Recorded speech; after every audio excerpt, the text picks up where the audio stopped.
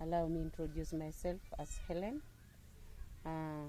What I know about community garden is a garden for the whole community, where the whole community comes to benefit from. They all converge in the same place and then dig, plow or till it together with the main aim of all of them to benefit from it. Like for example, some time back, these people used to come together. They come and dig in one garden with the hopes of getting good yield of food. And also, if it is in bumper harvest, they sell some in order to get income, in order to improve their lives. You find that in what they do, what they produce, they also sell some to educate their children. When you work as a community, you really produce much food, because in a day they cultivate 1 acre. They really dig 1 acre. Tomorrow again they move. They used to have food really. Aware that the population wasn't all that alarming like these days. So they used to produce food in bumper, and then they also used to really trade and change it. Some of the monies they were keeping in what we call cooperatives. That's what I found. And in the cooperatives was where they were saving for the future use, like for example education, like I've said. That is why you find those of Professor Maza are existing and many others. So do you do this after your community gardening? Do you learn as a team? Yes, we learn as a team. And we do construct basing on how group members are organized.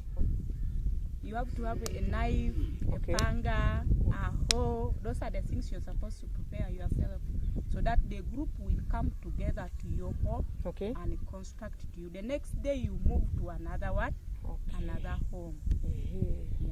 So in your community now you have a lot of Lorenas? Yes, I have about 400. Wow, that's so beautiful. I've been constructing, teaching them as a group, as groups. And we have about 80 groups now. That is so great. I remember I am just 31 years old. But what I can only remember, those days when people were working together, we had a lot of food. And that a lot of food was used in maybe social events like burials.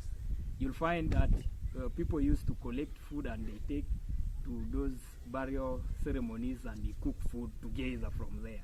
But nowadays we have to buy, which is really too difficult. So I really, and it's very expensive. So I really support this community gardening. And if people outside there embrace community gardening very well, I'm very sure it will be easy for us to survive in this one. We mobilized ourselves, and we have mobilized many people, so many groups of people.